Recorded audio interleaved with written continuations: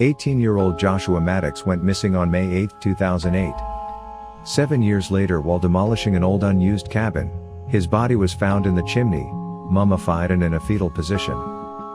What happened to Joshua? And how he ended up in the chimney of an old unused cabin is still a mystery. Let's take a deeper look at the facts, which are stranger than fiction.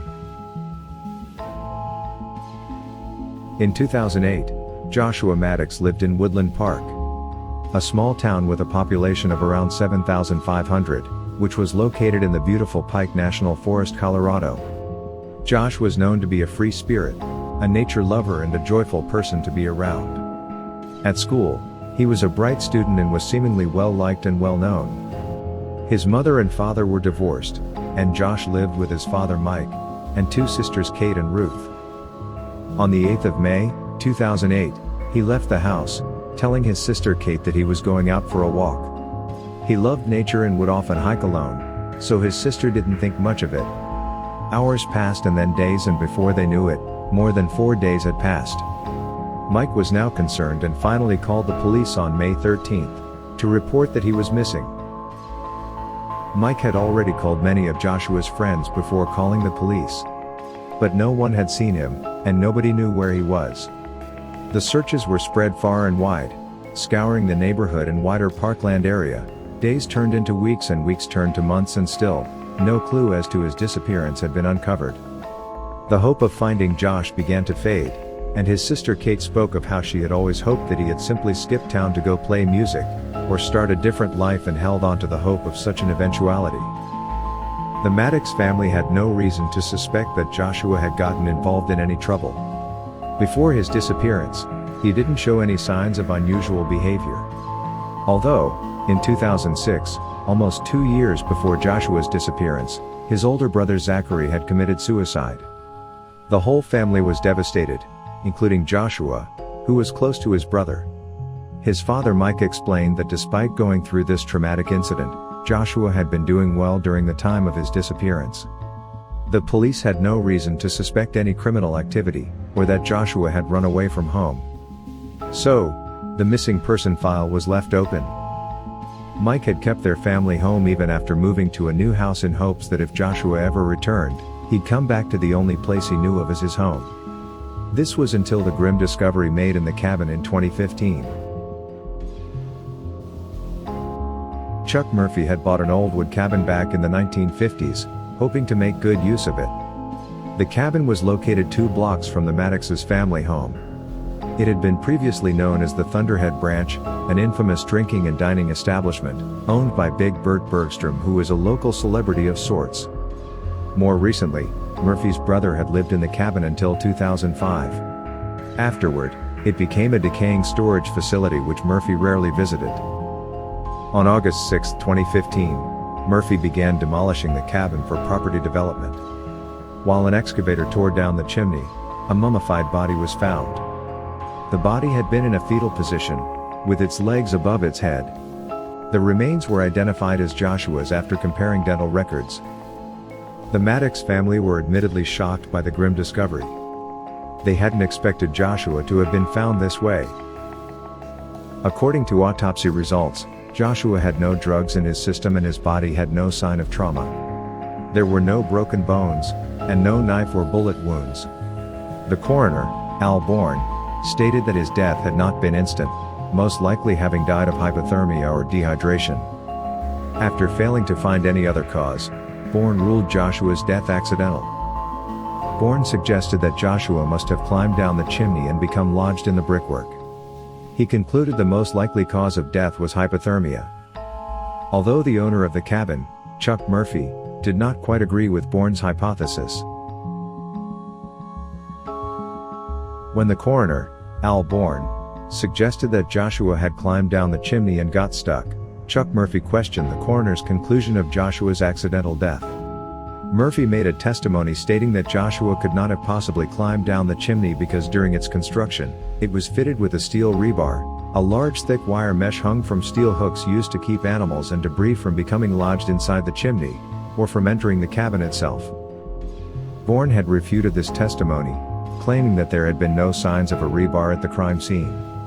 However, When the body was found, the cabin was a construction zone. The rebar had already been demolished and taken away. 3 days after the ruling, Bourne conceded to Murphy's statements and reopened the case. But despite Murphy's claims of the steel rebar covering the chimney, Bourne once again ruled that Joshua's death was accidental, and that he must have tried to climb down the chimney. Murphy was not convinced of the coroner's ruling, and it was not just because of the covered chimney. There were other suspicious finds in the cabin that had Murphy suspect foul play. Firstly, there was a mysterious shifting of a large wooden breakfast bar that had been torn from a wall in the kitchen and dragged over to block the chimney from inside the cabin. Murphy had not noticed anything unusual initially, but the question remained: who had moved it and why?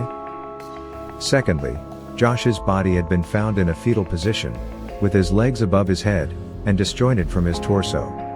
In order to have gotten into such a position, he would have had to have entered the chimney head first.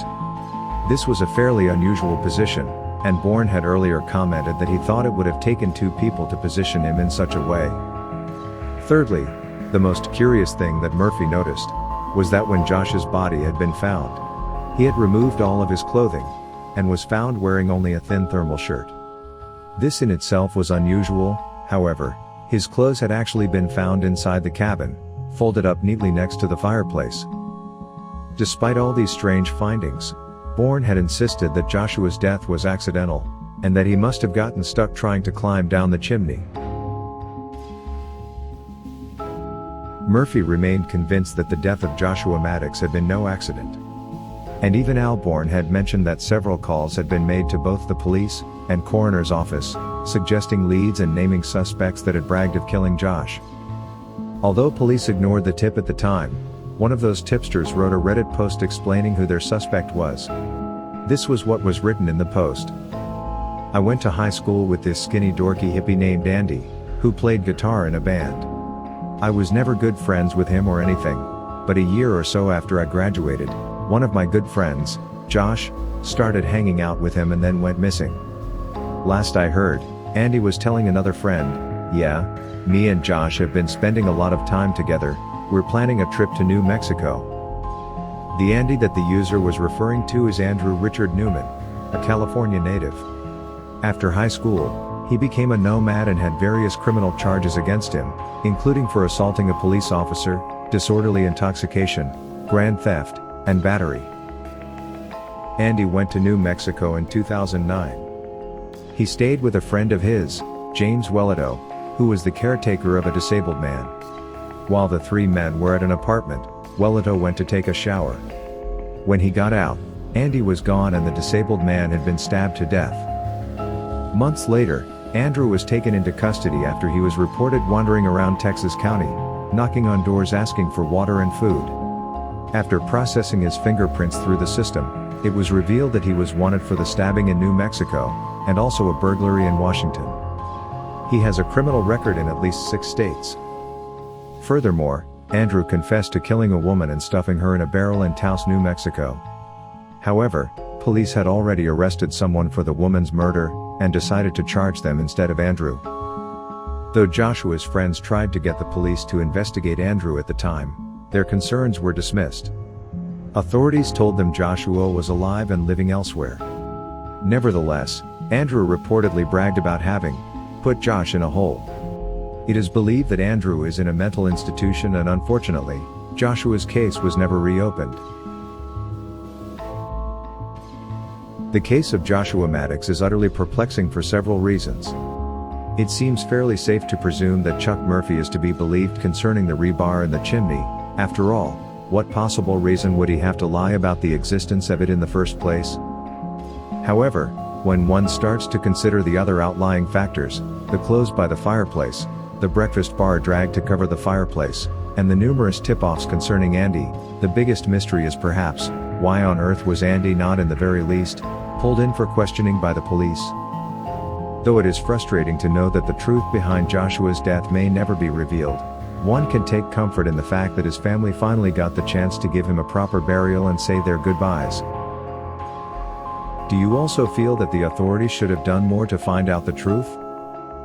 Thank you for watching, and we hope you found our video interesting.